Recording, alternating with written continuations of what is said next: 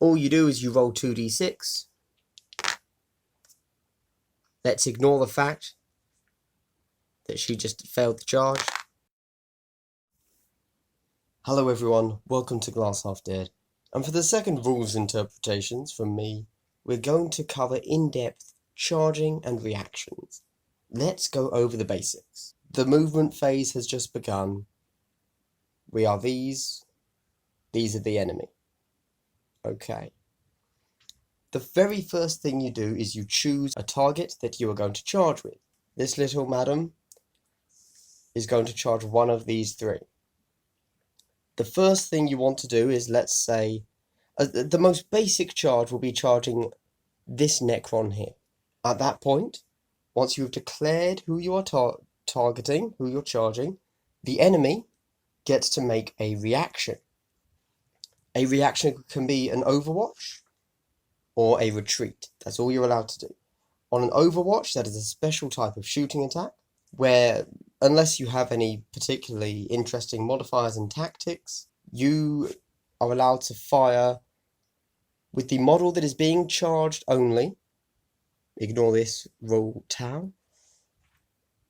And you hit on 6s.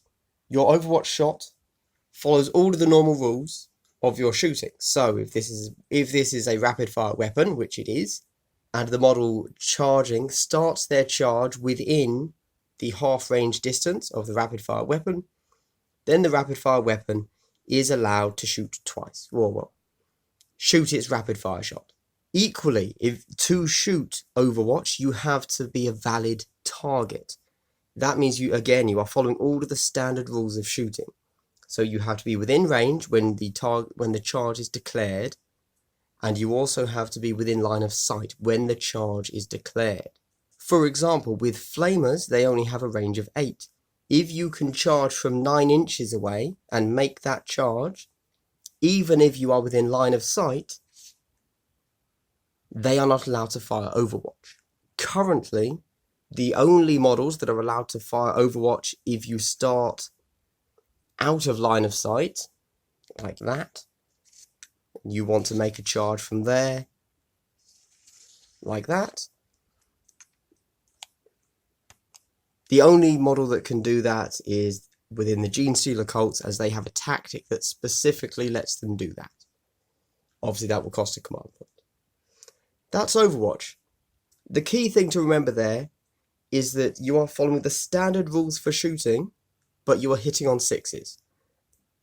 And you are following the standard rules for shooting from where the charge is declared. The other thing to note is that you can fire Overwatch as many times as you are able to. That doesn't make sense. You can make an Overwatch shot every time you are declared as the target of a charge, and the model that is charging you is a legal shooting target. If this guy here were to be charged by this one, and this one for whatever reason fails the charge, only makes it halfway, or the Overwatch kills her, then this one can charge, and this one can fire Overwatch a second time. But it could be a third, fourth, or fifth. You can keep on making those Overwatch shots. The other reaction you can make is to retreat. So, when declared the target of a charge, the enemy can react. Perhaps he will decide that actually we're only 6 inches away, but a retreat reaction will allow him to move up to 3 inches maximum, and you have to finish your move further away from the enemy model. And obviously, as with all movement, you must still remain further than 1 inch away from any other enemy models. This guy moves back 3 inches. This one then rolls the charge distance, doesn't make it in. That is a valid option. But of course, that will then put restrictions on the model that decided to retreat. Those restrictions are that he counts as having moved now, and he also cannot shoot. You also cannot react again. So if that makes that charge and this model chooses to retreat, if he is then declared as the target of the second charge, he can't do anything. He can't fall back again, and he can't Overwatch. Another word on retreat very quickly. is it counts as a move. So if you have already moved in the turn, you cannot retreat. So retreating is a little bit niche. If you've already moved, you can't retreat. Once you have retreated, you cannot move again this turn, and you also cannot shoot. That includes Overwatch. Okay, so that is Overwatch and retreat. Oh, another quick note. When you are declaring your charge, unless you're Harlequins, you have to declare a charge on something that is within 12 inches. Now, a little note here. In general, that sounds like it makes sense. You can only charge something that is within your maximum possible charging distance of, 2d6. Except, specifically with these guys, they can have a combat drug that gives them plus 2 inches extra movement, and you could even use a tactic that doubles their combat drug effect, which would give them plus 4 inches movement. So they would have a potential charging distance of a total of 16 inches. However, they can still only actually declare a charge within 12. So your extra movement, it will help you get to your charge target within those 12 inches, but it does not extend your charge range. Once the enemy has reacted, we then move to the actual charge. This is pretty simple. All you do is you roll 2d6. Let's ignore the fact that she just failed the charge. That's a bit better. That would get her within attacking distance. To have counted as making a successful charge, you have to move your model to within 1 inch of the enemy model. That will mean that this model counts as having charged, and the enemy models that are within 1 inch of it at the end of the move have been charged. That is relevant for later restrictions on can they fire pistols, etc. And that is it. That is the essence of a charge. Let's get into some complicated stuff. Okay, I've got 2 models that are deciding to charge these 3 models here. Let's say this guy is our leader, and for whatever reason, we want to charge him. There is a restriction within Kill Team that you are not allowed to be within 1 inch of an enemy model without having moved there in a fashion that you are allowed to do, which is either a charge, a pile-in, or a consolidation. Otherwise, it would be an illegal move to finish your move, or well, I believe to ever move within 1 inch of an enemy model, not just to finish your move. This model wishes to charge this model. However, these 2 models are effectively blocking this front charge. Because if this model were to end up there, while that is a legal charge on the death mark, it is within 1 inch of both of these models. So you have 2 options. You can either declare a charge on all 3 of the models, or you can attempt to go the long way round and do that. Because ultimately, if you decide to go that way round, that's just a charge. You can do that. You just have to roll a longer distance. Let's assume that we're not going to do that, and we are going to attempt to charge all 3 models. As we have just covered, the first thing we do is we choose our targets. In this instance, we choose all 3 of them. The enemy reacts. Now, the enemy can choose to react in any way they want with any of the 3 models. Let us say the first reaction will be with these 2.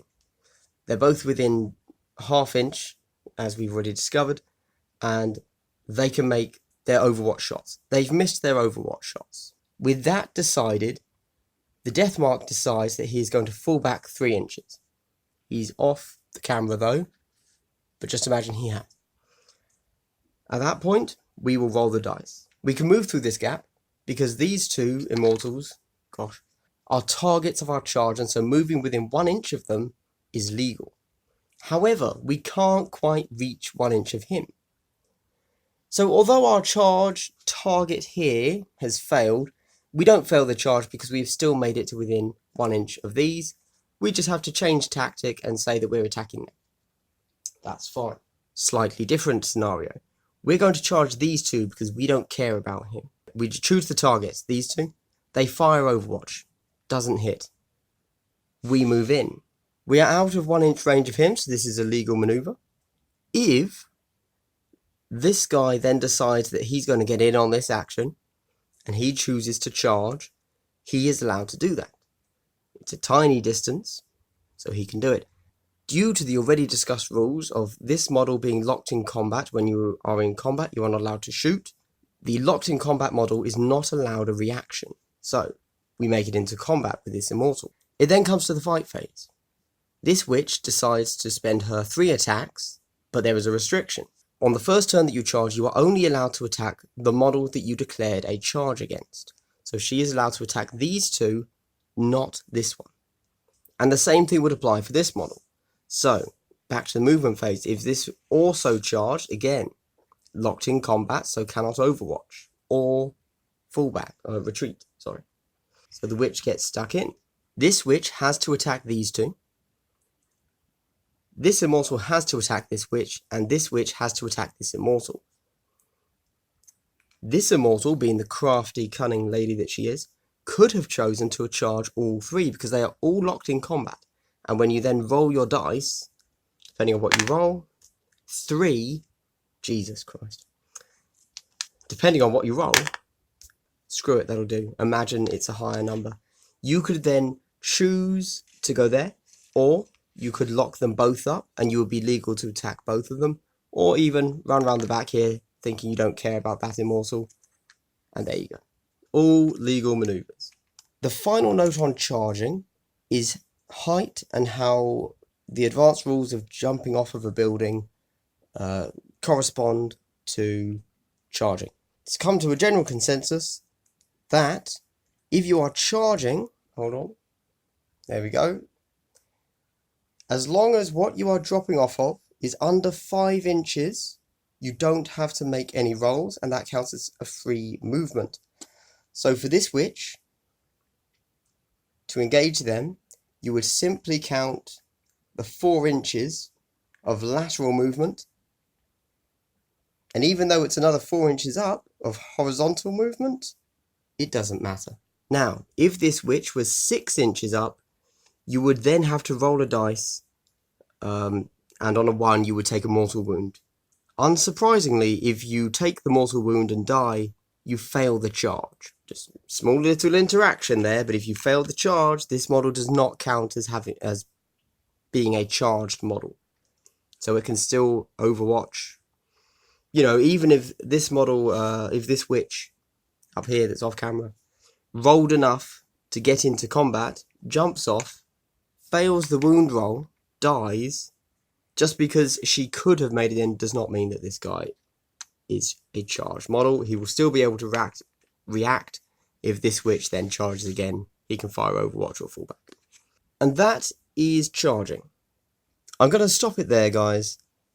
And next up, I'm going to do how melee works, how close combat attacks work. And that's going to include how the pile-in phase works, consolidation works, and how falling back works. This has just been a very quick intro to charging. I know that the main issue with charging isn't the charge itself, it is falling back. I know that a lot of people have issues with falling back and how it's worded. If I missed a particular scenario here that you think is particularly challenging with charging, please let me know. More than happy to answer my thoughts on it in the comments. Or if I completely screwed something up, let me know. And hopefully I can redo this video because I don't want to get false information out there. Right, well thank you very much everybody. I hope that this has cleared up how charging works. And I think that unfortunately the combat phase video is going to be about 3 times as long as this, and this has already been very long for what is a pretty simple rule. Okay everyone, Glass Half Dead signing out. See you soon. Have a good day.